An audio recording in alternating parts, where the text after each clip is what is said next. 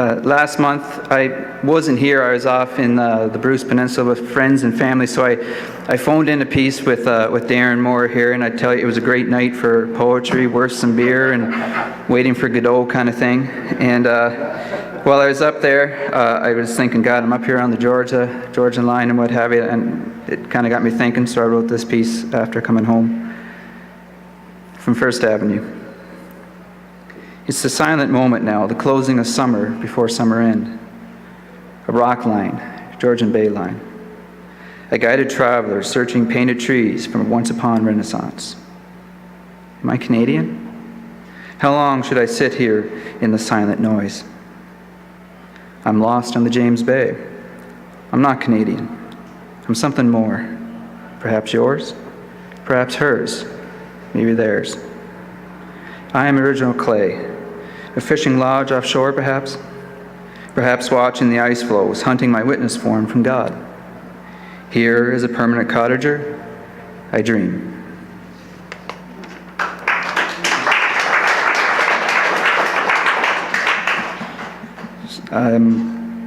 We're leaving the summer season now, going into fall, and it gets me thinking about the autumn leaves and everything, and where would I like to travel October, November to see the leaves change and what have you. And my wife and I always said, let's go back to New York in the fall. And whether or not it happens this year or next year, I don't know, but it always gets me thinking.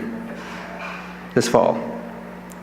Give me the inconceivable you, woman of the wild, moving not knowing she's being witnessed. Give me the soft tones of whispering flesh, eyes that know it all when they see me. On the streets of New York, we'll walk palm in palm, crawl around Central Park. We'll take in an Arkells concert, pay $15 for the unknown Hamilton, grazing in concrete fields. Give me the hook of your hand, give me the hook of your hand, squeezing mine in a hostel, hotel without the S. We can leave an art gallery, or better yet, National Library Public. You be Stans and I'll be Bill Murray. Give me the nakedness of your sainthood, a nude woman fresh from bathing, a white wrap around your hair as you lean on the bed and into the mirror. Ignore Market Street or Times Square. But don't ignore me. And know when you're not watching, I am observing you and wishing only for more time.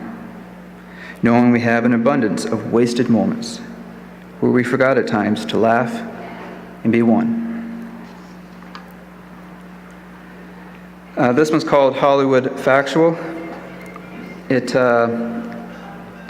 I've been watching the news lately, and I was talking to Peter, but just give me the facts, ma'am, the facts. It got me thinking, dragnet from that phrase. But just the way the news has been going, you don't know whether you're getting the facts or just the feelings on things. And so I wrote this, just especially if you're watching anything in America, it's kind of entertaining.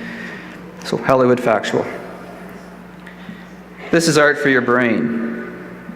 Art for the beautiful you. Create a bicep and tremble for youth. In a Superman t-shirt, be a confused Sue. Ask for the news, then leave the news before the commercials. Turn the dial, find the dinner cartoons. Place more power in art form with what's less than informative and more for entertainment. Quickly now, faster. We don't want the art of information, we want the quick draw and the dramatic, less the art of art versus the art of news. For now, this art is for your brain. Advertising to the beautiful you. Don't listen to the news. Point your finger, grab a microphone, count down from 5, 4, 3, 2,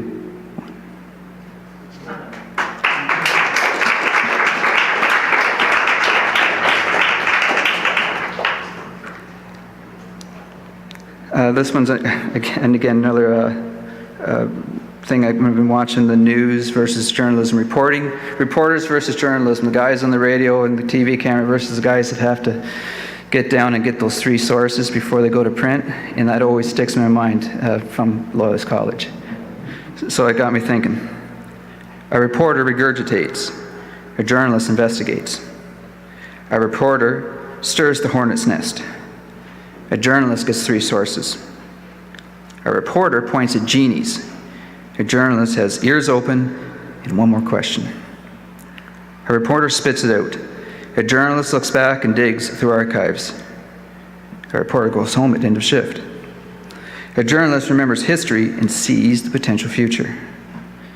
A journalist will look around and see the what-ifs.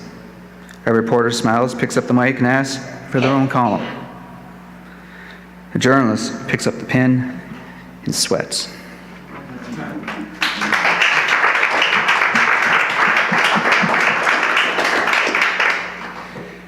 This last piece is, I guess what I'll call it, is time for a little bit of sucking up here. I'm drinking Jameson and watching Star Trek. Can you make a poem out of that? No, and not really. But can you make it interesting enough to present at a show such as First Tuesday Muse? Put in some humor, but no swearing.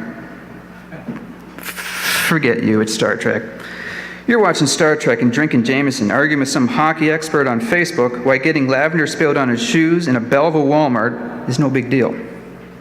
Don't ask for the $100 gift card. Go for the $40. You bought those shoes at Winners anyways. Besides, Winners is only 30 minutes down the road on a Tuesday night, first in the month at the Tweedsmuir, where you can buy better booze like Weiser's and listen to the works of Snell or perhaps Pitton, and say the names of such fictional names like Moore and Crazy Irishman. Thank you.